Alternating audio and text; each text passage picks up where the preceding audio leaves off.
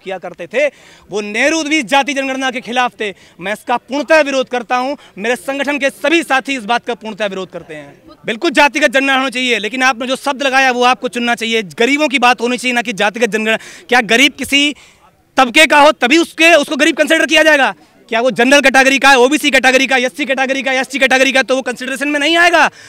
अगर किसी को संसाधन, अगर कोई भी व्यक्ति समाज की मुख्य धारा से अलग है, अगर कोई भी व्यक्ति शोषित है, अगर कोई भी व्यक्ति पीड़ित है, तो उसको जातिवाद या धर्म के आधार पर कोई हक नहीं मिलना चाहिए। उसको हक मिलना चाहिए इंसान होने का, इस देश में पैदा होने के आधार पर उसको उसका हक मिलना चाहिए। भगवान राम के राज्य में कोई भी व्यक्ति जातिवाद के आधार पर प्रताड़ित नहीं था, लेकिन तुम जैसे निकम्मे सरकार और निकम्मे शासक बैठकर आज जाति जनगणना की बात करते हैं। आप कहते हैं मैं मानता हूं कि जाति आधार पर करिए, लेकिन आप बताइए अगर कोई ब्राह्मण व्यक्ति है, अगर कोई वैश्य व्यक्ति है, अगर कोई ठाकुर है, अगर वो ओबीसी या एससी कैटेगरी में आता है, तो क्या उसका अधिकार नहीं है, उसका राइट नहीं है वो सारे के सारे गंगा जी में कूद जाएं?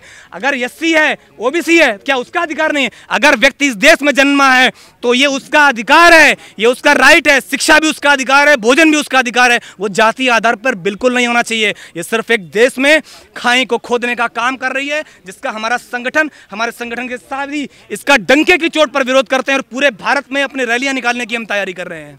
बिल्कुल सही बात है। इंदिरा गांधी जी भी गरीबी हटाओ का नारा लेके आए थे, क्या उस पर हुआ? गरीबी हटी? आज तक नहीं हटी।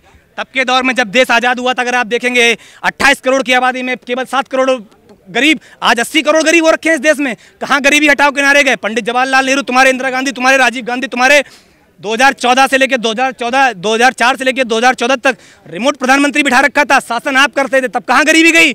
2011 में जिस जाति जनगणना को आपकी सरकार ने आंकड़े पब्लिश नहीं किए, आप कैसी दोगली बात करते हैं?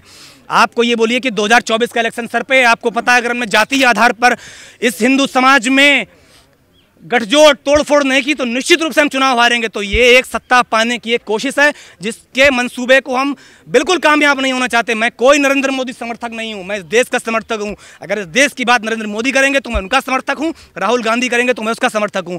इस देश में कार्य नीतियों को हम बिल्कुल भी लागू नहीं होने देंगे। ये 2024 के चुनाव के नहीं, ये अपने परिवार को बचाने के लिए है। क्योंकि जिस प्रधानमंत्री को बनने का सपना वो पिछले 20 वर्षों से देख रहे हैं, 2004 से 14 तक वो बन के भी रहे, उसको सपने को साकार एक बार 2024 में फिर से करना चाहते हैं। ये पूरा का पूरा एक एजेंडा, उस पूरा प्लान, जिसमें उनका साथ देने के लिए इस देश के सबसे गरीब तबके से आने वाले स्वर्गीय श्री मुलायम सिंह यादव के पुत्र अखिलेश यादव जी हैं, वो सबसे गरीब हैं। उनके बाद सबसे गरीब इस देश में आते हैं लालू प्रसाद यादव जी के बेटे तेजस्वी यादव, वो इस देश में सबसे गरीब हैं। आप बताइए मायावती के भतीजों को क्या इस बात की आवश्यकता है?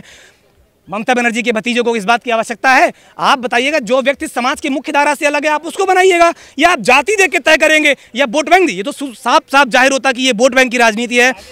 ये भागीदारी, हिस्सेदारी ऐसे आएगी सर, जो आपको पता है, आपके पास आंकड़े हैं, जो लोग गरीबी रेखा में हैं, जो समाज से वंचित लोग हैं, जो मुख्य धारा से अलग हैं, जो शिक्षित नहीं है, आप उसके लिए लेके आइए नीतियाँ। आप देख रहे हैं सौगंध टीवी, सौगंध वतन की।